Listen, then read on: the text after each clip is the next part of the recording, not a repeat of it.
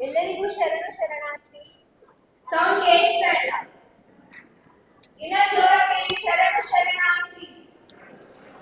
ಇನ್ನ ಸ್ವಲ್ಪ ಜೋರ, ಶರಣು ಶರಣಾರ್ಥಿ. ಜೋಶಿದೆ. ಸ್ಟಾರ್ಟ್ ಮಾಡೋಣ.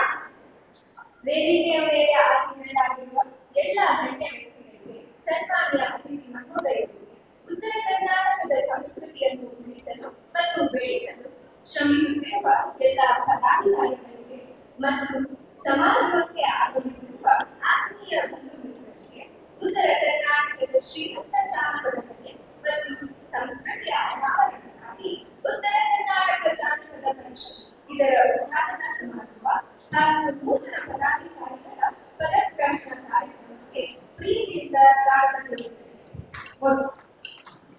ಮೊದಲಿಗೆ ಈ ಕಾರ್ಯಕ್ರಮಕ್ಕೆ ವಿಜ್ಞ ಸಾಮರ್ಥ್ಯವನ್ನು ವಹಿಸಿ ಆಶೀರ್ವದಿಸಲು ಶ್ರೀಮದ್ ಘನಲಿಂಗ ಚಕ್ರವರ್ತಿ ಪ್ರಭು ಮಾಲೇಶ್ವರ ಶಿವಾಚಾರ್ಯ ಸ್ವಾಮಿಗಳು, ಜಗದೀಶ್ವರ ಹಿರಿಮಠ, ಮಸೂತಿ, ಕೋಲಘಾಟ್ ತಾಲೂಕು, ವಿಜಯಪುರ ಜಿಲ್ಲೆ ಇವರ ಪಾದಗಳಿಗೆ ಶಿರಬಾಗಿ ನಮಿಸಿ ಈ ಕಾರ್ಯಕ್ರಮಕ್ಕೆ ಸ್ವಾಗತಿಸುತ್ತೇನೆ.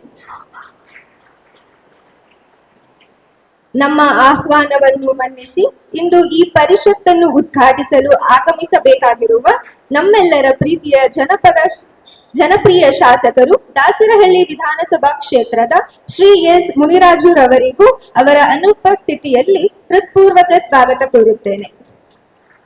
ಈ ಕಾರ್ಯಕ್ರಮದ ಅಧ್ಯಕ್ಷತೆಯನ್ನು ವಹಿಸಿರುವ ನಮ್ಮ ಪರಿಷತ್ತಿನ ಬೆಂಗಳೂರು ನಗರ ಜಿಲ್ಲಾಧಿಕಾರಿಗಳಾದ ಸಂಗನ ಬಸವ ಬಸಪ್ಪ ಬಿರಾದಾರ್ ರವರಿಗೆ ಆಧಾರದ ಸ್ವಾಗತ. ಘನ ಅಧ್ಯಕ್ಷತೆಯ ಸ್ಥಾನವನ್ನು ಅಲಂಕರಿಸಿರುವ ಸ್ನೇಹಜೀವಿ ಗೆಳೆಯರ ಬಳಗ ಇದರ ಅಧ್ಯಕ್ಷರಾಗಿರುವ ಶ್ರೀ ಶಶಿಕಾಂತ್ ರಾವ್ ರವರಿಗೆ ಆತ್ಮೀಯವಾದ ಸ್ವಾಗತ.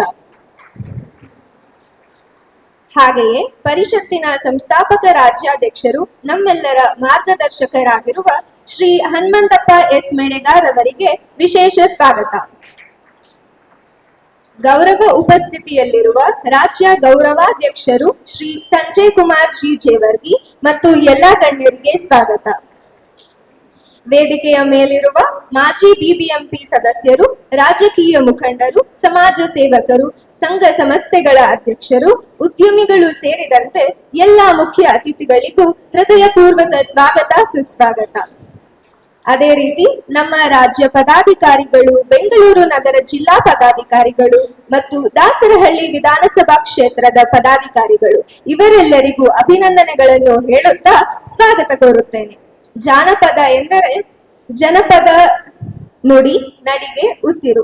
ಅದನ್ನು ಬೆಳೆಸಿ ಉಳಿಸಲು ಶ್ರಮ ಪಡುವ ಈ ಮಹತ್ ಕಾರ್ಯಕ್ಕೆ ನಿಮ್ಮೆಲ್ಲರ ಸಹಕಾರ ಅತ್ಯಂತ ಅಮೂಲ್ಯವಾದದ್ದು.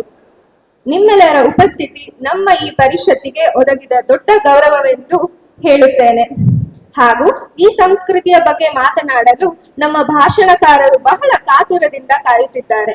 ಅವರನ್ನು ಹೆಚ್ಚು ಸಮಯ ಕಾಯಿಸದೆ ಈ ಸುಂದರ ಕಾರ್ಯಕ್ರಮವನ್ನು ಯಶಸ್ವಿಗೊಳಿಸಲು ಸಹಕರಿಸುತ್ತಿರುವ ಪೊಲೀಸ್, ಬೆಸ್ಕಾಂ, ಪತ್ರಕರ್ತರ ಮಿತ್ರರು ಹಾಗೂ ಬಿಬಿಎಂಪಿ ಸಿಬ್ಬಂದಿ ವರ್ಗದಲ್ಲಿರುವ ಎಲ್ಲರಿಗೂ ಕೃತಜ್ಞತೆಗಳನ್ನು ಸಲ್ಲಿಸುತ್ತಾ ಮತ್ತೊಮ್ಮೆ ನಿಮ್ಮೆಲ್ಲರಿಗೂ ಆಧಾರದ ಸ್ವಾಗತವನ್ನು ಕೋರುತ್ತಾ ನನ್ನ ಭಾಷಣವನ್ನು ಮುಗಿಸುತ್ತೇನೆ. ಧನ್ಯವಾದಗಳು. ಜೈ ಹಿಂದ್, ಜೈ ಕರ್ನಾಟಕ ಮಾತೆ.